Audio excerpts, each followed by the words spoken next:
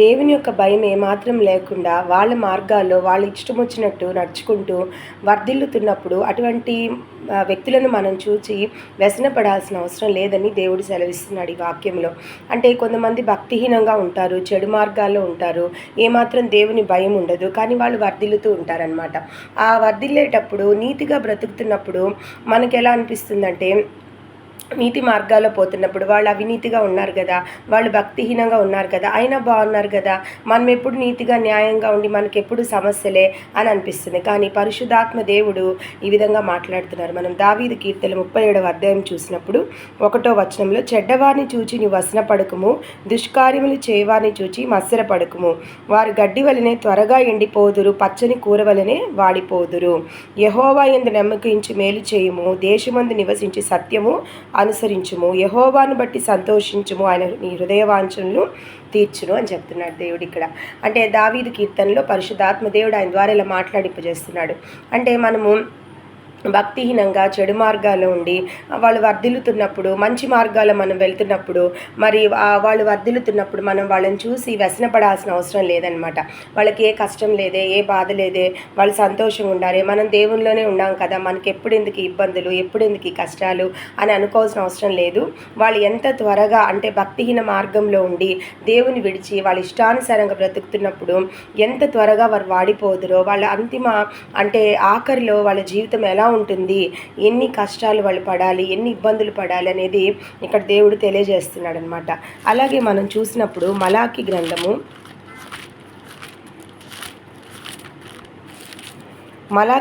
3వ అధ్యాయంలో 13వ వచనము, యెహోవా సెలవిచ్చినదేమనగా, నన్ను గూర్చి మీరు బహు గర్వపు మాటలు పలికి నిన్ను గూర్చి ఏమి చెప్పిదమని మీరు అడుగుదురు. దేవుని సేవ చేయటం నిష్ఫలమనియు ఆయన ఆజ్ఞలు గైకొని సైన్యములకు అధిపతి యొక్క యెహోవా సన్నిధిని మనము దుఃఖాక్రాంతులుగా తిరుగుట వల్ల ప్రయోజనమేమనియు, గర్విష్ఠులు ధనులగుదురనియు, యెహోవాను శోధించు దుర్మార్గులు వర్ధిల్లుదురనియు, వారు సంరక్షణ పొందుదురనియు మీరు చెప్పుకొంచున్నారు. అప్పుడు యెహోవా యందు భయభక్తులు గలవారు ఒకరితొకరు మాట్లాడుకొంచుండగా యెహోవా చెవియొగ్గి ఆలకించెను. మరియు యెహోవా యందు భయభక్తులు కలిగి ఆయన నామమును స్మరించుచు ఉండువారికి జ్ఞాపకార్థముగా ఒక గ్రంథము ఆయన సముఖమందు వ్రాయబడెను. నేను నియమింపబో దినము రాగా వారు నా వారే నా స్వకీయ సంపాద్యమయుందురు. తండ్రి తన్ను సేవించు కుమారుని కనికరించినట్లు నేను వారిని కనికరింతునని సైన్యములకు అధిపతి యొక్క యెహోవా సెలవిచ్చుచున్నాడు. కాబట్టి మనలాగే ఒక ఇద్దరు అంటే నీతిగా న్యాయంగా బ్రతుకుతూ మరి కష్టాలు పడుతూ సమస్యలు పడుతున్న ఒక ఇద్దరు కూర్చొని ఈ విధంగా మాట్లాడుకుంటున్నారంట. మనము దేవునిలో ఉండటం వ్యర్థము, దేవునిలోనే నడిచి ఆయన మార్గాల్లో నడిచి మనం బ్రతకటం వల్ల మనకేమొస్తుంది, మనం ఈ విధంగా ఉండటం వల్ల మనకి కష్టాలే ఉన్నాయి. కానీ వాళ్ళు చూడండి, దేవుని విడిచి ఏమాత్రం భయభక్తులు లేకుండా వాళ్ళ ఇష్టానుసారమైన మార్గంలో తిరుగుతున్నప్పటికీ వాళ్ళు చాలా సంతోషంగా ఉన్నారు, వాళ్ళు వర్ధిల్లుతున్నారని మాట్లాడుకుంటుంటే దేవుడు ఆలకించి ఈ విధంగా చెప్తున్నాడు అనమాట. అంటే మీకు ఇలా మాట్లాడుకుంటూ మరి మీ ప్రశ్నలకు జవాబు లభించకుండా మీలో మీరు ఆందోళన పడుతూ మరి భక్తిహీనులు వర్ధిల్లుతున్నప్పుడు వాళ్ళని చూసి మీరు వ్యసన పడుతున్నప్పుడు ఇలాంటి వారికి నేను ఒక గ్రంథమును తయారు చేసి పెట్టున్నాను. కాబట్టి అది ఇక్కడ ఏమంటుందంటే జ్ఞాపకార్థ గ్రంథం, ఒక జ్ఞాపకార్థముగా ఒక గ్రంథము ఆయన సముఖమందు వ్రాయబడిని అంటున్నాడు అనమాట. కాబట్టి దేవుని సమయం అంటే ఆయన దినం వచ్చినప్పుడు ఆయన ఏం చెప్తున్నాడంటే, తండ్రి తను సేవించు కుమారుని కనికరించినట్లు నేను వారిని కనికరింతును. అంటే ఒక కుమారుని తండ్రి ఎలా కనుకరిస్తాడో ప్రేమగా, ఆ విధంగా దేవుడు కూడా ఈ విధంగా బాధపడుతున్న వాళ్ళని ఒక జ్ఞాపకార్థ గ్రంథం రాయించి ఈ విధంగా కనికరిస్తానని దేవుడు చెప్తున్నాడనమాట. కాబట్టి నీతిమంతులుగా బ్రతుకుట వలన ఎన్నో ప్రయోజనాలు ఉన్నాయి. కాబట్టి భక్తిహీనంగా దేవుని విడిచి తిరిగే వాళ్ళు వర్ధిల్లుతున్నప్పుడు వాళ్ళు నడిచే మార్గంను చూచి మనం బాధపడవలసిన అవసరము అస్సలు లేదనమాట. దేవుడు మనకి తప్పక దానికి తగిన ప్రతిఫలం ఇస్తాడు. ఒకసారి మనం సామెతలు 24వ అధ్యాయం 16వ వచనంలో చూసినప్పుడు, నీతిమంతుడు 7 మార్లు పడినను తిరిగి లేచును, ఆపత్ కాలమునందు భక్తిహీనులు కూలుదురు. కాబట్టి నీతిమంతులు ఎన్నిసార్లు పడినా, ఎన్ని కష్టాలు వచ్చినా, ఎన్ని శ్రమలు వచ్చినా, ఎన్నిసార్లు పడినా తిరిగి లేస్తారు. ఎన్నిసార్లు 7 మార్లు అంటున్నాడు దేవుడు. కానీ భక్తిహీనులు పడితే మాత్రం వాళ్ళు లేయడం అనేది చాలా కష్టమని దేవుడు సెలవిస్తున్నాడు. అలాగే కీర్తన 37వ అధ్యాయం అధ్యాయం 25వ వచనములో నేను చిన్నవాడినై ఉంటిని, ఇప్పుడు ముసలివాడినై ఉన్నాను, అయిన నీతిమంతులు విడవబట్టు కానీ వారి సంతానం భిక్షమెత్తుట కానీ నేను చూచి ఉండలేదు.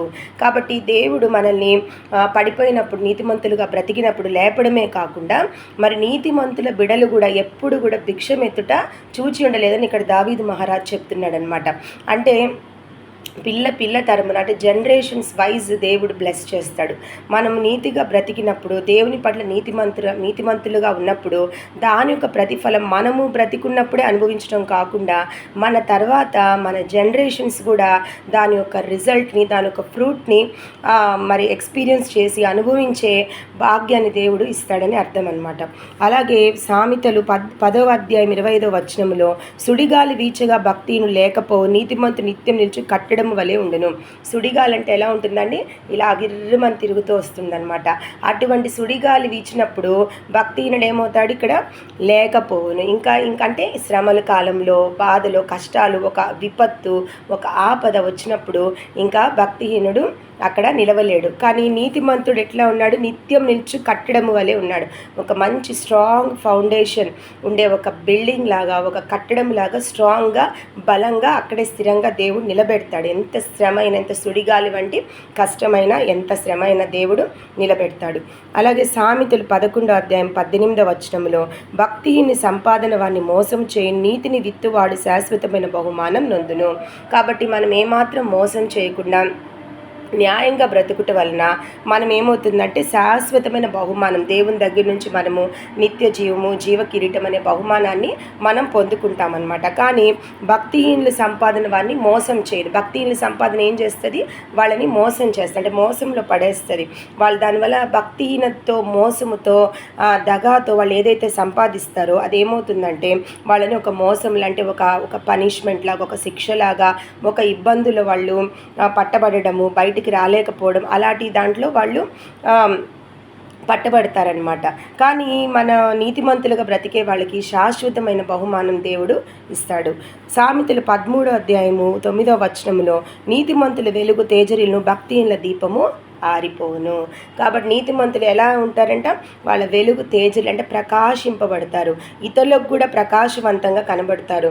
మరి వాళ్ళ నీడలో ఉన్న ఇతరులు కూడా ఆ ప్రకాశవంతమైన ఆ కిరణాలను, మరి ఆ సంతోషాన్ని, ఆ సమాధానాన్ని, వీళ్ళు అనుభవించే ఆ యొక్క ప్రతిఫలాన్ని చుట్టూరు ఉండే వాళ్ళు కూడా అనుభవిస్తారనమాట. ఒక వెలుగులాగా, అంటే ఇతరులకు చీకటిలో వెలుగు చూపించే విధంగా, వెలుగు ఎలా ఇతరులు చీకటిలో ఉండే వాళ్ళని ఒక చక్కటి మార్గం నడిపిస్తుందో ఆ విధంగా నీతిమంతుల యొక్క జీవన శైలి ఎలా ఉంటుందంటే తన చుట్టూరున్న వాళ్ళకి కూడా ఒక వెలుగు వలె వాళ్ళు ప్రకాశించి చీకటిలో మార్గం చూపేవారుగా ఉంటారనమాట. అలాగే భక్తిలో ఎలా ఉంటుంది? వాళ్ళ దీపము ఆరిపోనంటే వాళ్ళ జీవితం చీకటి అయిపోతుంది. సామెతలు 15వ అధ్యాయం 29వ వచనంలో భక్తిహీనులకు యెహోవా దూరస్తుడు, నీతిమంతుల ప్రార్థన ఆయన అంగీకరించడం. కాబట్టి ఒక శ్రమ వచ్చినప్పుడు, ఒక బాధ వచ్చినప్పుడు, కష్టం వచ్చినప్పుడు మరి నీతిమంతులు చేసే ప్రార్థనకి దేవుడు ఆలకించి జవాబిస్తానని చెప్తున్నాడు. మరి భక్తిహీనులు ఏమవుతుంది? యెహోవా దూరస్తుడు, అంటే ఎన్నిసార్లు దేవుడు చెప్పినా, ఎన్నిసార్లు గద్దించినా వాళ్ళు మంచి మార్గంలో రానప్పుడు, వాళ్ళు అదే పనిగా భక్తిహీనతలోనే ఉన్నప్పుడు తప్పక దేవుడు వాళ్ళకి దూరం అయిపోతాడు. అలాగే సామెతలు 11వ అధ్యాయం 8వ వచనంలో నీతిమంతుడు బాధ నుండి తప్పింపబడు, భక్తిహీనుడు బాధ పాలగును.